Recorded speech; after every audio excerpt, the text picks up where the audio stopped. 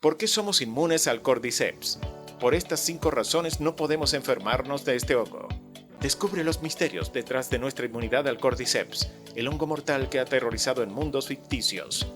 En este viaje fascinante, exploraremos las 5 razones fundamentales por las cuales nuestros cuerpos desafían a este hongo invasor. Vamos a abordar el tema Cordyceps, el hongo que desencadena los eventos en The Last of Us. El Cordyceps parece ser un patógeno coherente y realista dentro del género de los zombies. Se inspira en el Opiocordyceps unilateralis, un patógeno real que puede manipular el sistema nervioso de sus víctimas. En la naturaleza, este hongo afecta a los insectos, obligándolos a buscar condiciones adecuadas para su crecimiento y dispersión de esporas. Este comportamiento es la base de muchas obras de ficción sobre zombies, lo que podría generar preocupación debido a la existencia de un patógeno similar en la vida real. Al igual que el hongo Ophiocordyceps unilateralis afecta a comunidades enteras de hormigas, podría plantearse un escenario similar con los humanos bajo ciertas circunstancias. Sin embargo, existen diversos desafíos que este hongo tendría que superar para adquirir las características del Cordyceps que vemos en The Last of Us. El primero de estos desafíos, que se menciona al principio de la nueva serie de HBO basada en esta franquicia, es la temperatura corporal humana. Es importante considerar que el Cordyceps es un tipo de hongo y los hongos principalmente son saprófitos, lo que significa que se nutren y prosperan en materia orgánica en descomposición, carente de vida y por ende capaz de generar calor. Los hongos han evolucionado para crecer mejor en un rango de temperaturas más bajo que el de los cuerpos humanos, cuya temperatura corporal oscila entre los 25 y 30 grados Celsius, en comparación con los 37 grados habituales. Esta adaptación de los hongos a temperaturas más frescas sugiere que, si alguno de ellos llegara a convertirse en un patógeno, tendría más probabilidades de atacar a organismos incapaces de regular su propia temperatura, como los organismos de sangre fría, cuya temperatura corporal está determinada por el entorno, similar a la materia orgánica en descomposición que los hongos están acostumbrados a colonizar. Uno de los principales motivos por los cuales los hongos suelen ser patógenos es su impacto frecuente en anfibios, plantas e insectos, todos los cuales son organismos poiquilotermos. En contraposición, los humanos somos tanto homeotermos como endotermos. Los homeotermos son capaces de mantener una temperatura corporal constante, independientemente del entorno, mediante 2 mecanismos: la regulación conductual, que implica ajustes mediante el movimiento y la actividad física, y la regulación metabólica, que se basa en la generación de calor mediante reacciones químicas enzimáticas. Los mamíferos y las aves son ejemplos de homeotermos metabólicos, también conocidos como endotermos. ¿Qué hace que los hongos sean tan sensibles a las variaciones de temperatura? Pequeñas fluctuaciones térmicas pueden ser suficientes para afectar su supervivencia, aunque algunos podrían pensar que esto se debe a la desnaturalización de proteínas, donde éstas pierden su estructura más allá de cierta temperatura. Esta no es necesariamente la razón. Los organismos vivos son en esencia mezclas de compuestos químicos y moléculas que interactúan entre sí para perpetuar su existencia a lo largo del tiempo. Esas interacciones químicas son facilitadas por proteínas aceleradoras o catalíticas llamadas enzimas.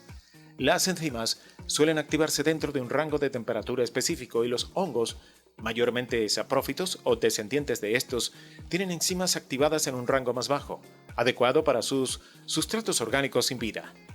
Fuera de este rango, las enzimas fúngicas se vuelven inactivas o más lentas, lo que afecta las reacciones químicas esenciales para la vida y puede llevar a la muerte del organismo. Aunque una enzima inactivada por la temperatura no necesariamente está desnaturalizada y puede reactivarse dentro del rango adecuado. Esto explica por qué los hongos pueden sobrevivir a fluctuaciones de temperatura transitorias, como las que se dan entre el día y la noche.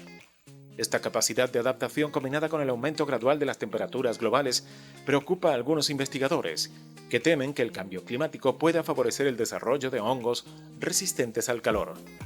Sin embargo, para infectarnos y controlarnos, estos hongos necesitarían resistir no solo nuestra temperatura corporal normal, sino también la elevada durante la fiebre, que es una de nuestras defensas principales contra las infecciones fúngicas. Incluso si algunos hongos pueden tolerar nuestra temperatura corporal, son pocos los que pueden resistir una fiebre. Además, no todos los tejidos de nuestro cuerpo alcanzan la misma temperatura. Algunos, como la piel y sus anexos, son más fríos y suelen ser los más afectados por las infecciones fúngicas relativamente comunes en nuestra especie. Por lo tanto, ni nuestra temperatura corporal ni la fiebre protegen todos los tejidos por igual.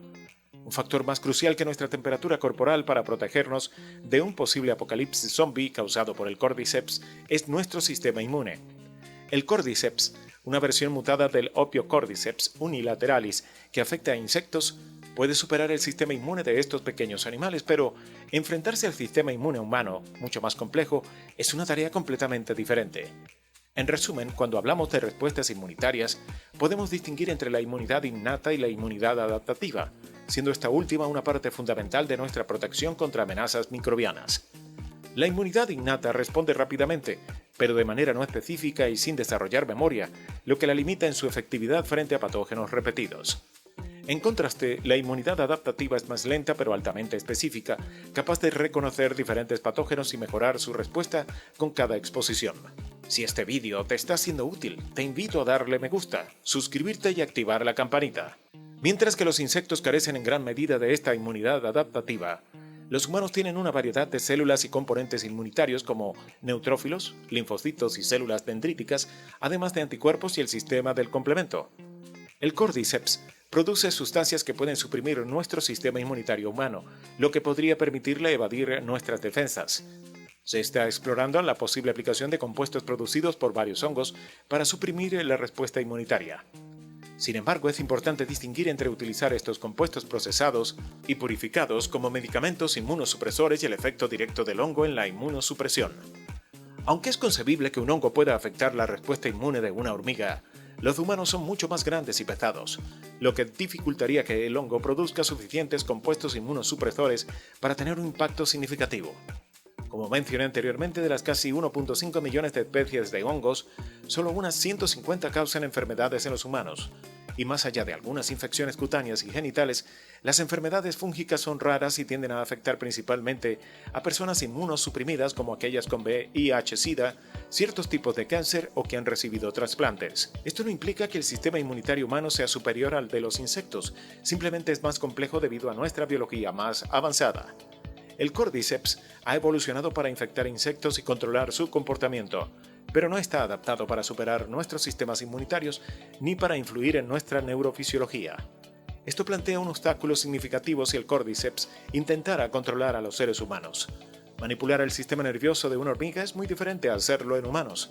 Incluso si evolucionara una variante del Cordyceps capaz de superar nuestras defensas inmunitarias y adaptarse a nuestra temperatura corporal, enfrentaría desafíos para manipular nuestra neurofisiología. Nuestro cerebro es complejo y muchas áreas son inaccesibles sin provocar daños en otras regiones vitales. Además, muchos procesos neurológicos involucran múltiples neuronas en diferentes partes del cuerpo. Por ejemplo, la corteza premotora desempeña un papel clave en la planificación del movimiento. La corteza motora primaria se encarga de generar los impulsos nerviosos para iniciar movimientos, mientras que la corteza motora suplementaria coordina ambos lados del cuerpo para que se muevan al unísono. Los ganglios basales, ubicados más distantes en el cerebro, regulan la intensidad de estas señales neuronales para asegurar movimientos precisos ni demasiado fuertes ni demasiado débiles. Por su parte, el cerebelo, una estructura cerebral separada, coordina las diversas contracciones musculares que se combinan para formar movimientos complejos. El cerebelo recibe información del oído, que contribuye no solo a la audición, sino también al equilibrio, fundamental para que el cuerpo sepa su posición en el espacio y se mueva adecuadamente. Además, el cerebelo también recibe información de la corteza visual, ya que la visión es esencial para la percepción espacial. Además de esto, el cerebro recibe información de los tendones y los músculos a través de los órganos tendinosos de Golgi, lo que permite monitorear el nivel de contracción y carga muscular en tiempo real. Todas estas estructuras trabajan en conjunto constantemente, incluso durante acciones tan simples como caminar, que a menudo realizamos de manera automática. Si uno de estos elementos falla, puede surgir trastornos altamente incapacitantes, transformando a un posible zombie en poco más que un paciente confundido. Por ejemplo, la enfermedad de Parkinson puede surgir si una parte de los ganglios basales, como la sustancia negra, presenta fallos, afectando no solo el movimiento sino también al intelecto y las emociones. Otros trastornos del movimiento, como la enfermedad de Huntington o diversas formas de atetosis, pueden aparecer si otras áreas de los ganglios basales se ven afectadas. Esto apenas menciona una fracción de las muchas estructuras involucradas en los procesos cerebrales. Subestimar el trabajo constante y discreto de nuestro propio cerebro al pensar que un hongo parásito podría coordinar todas estas funciones de manera más efectiva es un error. Aunque se podría argumentar que el hongo no controla directamente las áreas cerebrales responsables del movimiento, sino nuestra conciencia y emociones, estas últimas son igual de complejas que los aspectos relacionados con el movimiento. Además, nuestra neuroanatomía dificulta las infecciones neuronales, lo que hace que el control del hongo sobre nosotros sea improbable. Para nosotros, las infecciones cerebrales suelen ser fatales, pero para el hongo no. Esto es válido para cualquier patógeno zombie, no solo el Cordyceps, como explicamos detalladamente en un video anterior. En resumen, la estructura ósea que rodea nuestro cerebro no permite la expansión, lo que significa que cuando el cerebro se inflama por un ataque patógeno, la presión dentro del cráneo aumenta hasta que todo se aplasta.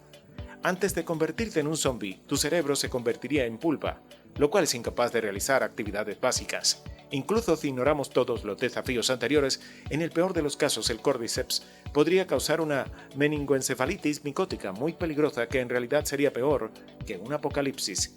Todos estos desafíos reflejan la verdadera especialización del Cordyceps como patógeno en la vida real. Como mencionamos anteriormente, el término Osiocordyceps se refiere a un grupo de diversas especies de hongos, cada una adaptada para atacar a una única especie de insecto. Cada variante de Cordyceps ha evolucionado en sintonía con sus víctimas, lo que les permite desarrollar sofisticados mecanismos patológicos. Si bien los hongos son sorprendentemente similares a los animales en términos biológicos, esta proximidad complica la búsqueda de medicamentos efectivos contra ellos, sin efectos dañinos en los humanos. En cuanto a la clasificación biológica, tanto los animales como los hongos pertenecen al grupo de los opisthoconstos, que se caracterizan por ciertas similitudes estructurales en su morfología celular y genética. A pesar de estas similitudes, encontrar una cura efectiva para las infecciones fúngicas sin consecuencias adversas para los humanos sigue siendo un desafío considerable.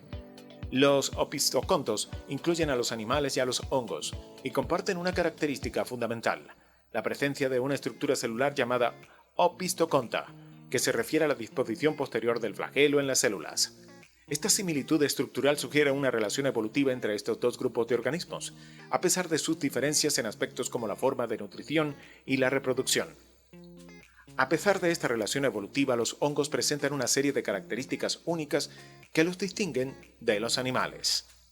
Hemos llegado al final del vídeo. Recuerda que si te gustó, puedes dejarnos un like, suscribirte y activar la campanita de notificaciones. ¡Hasta la próxima!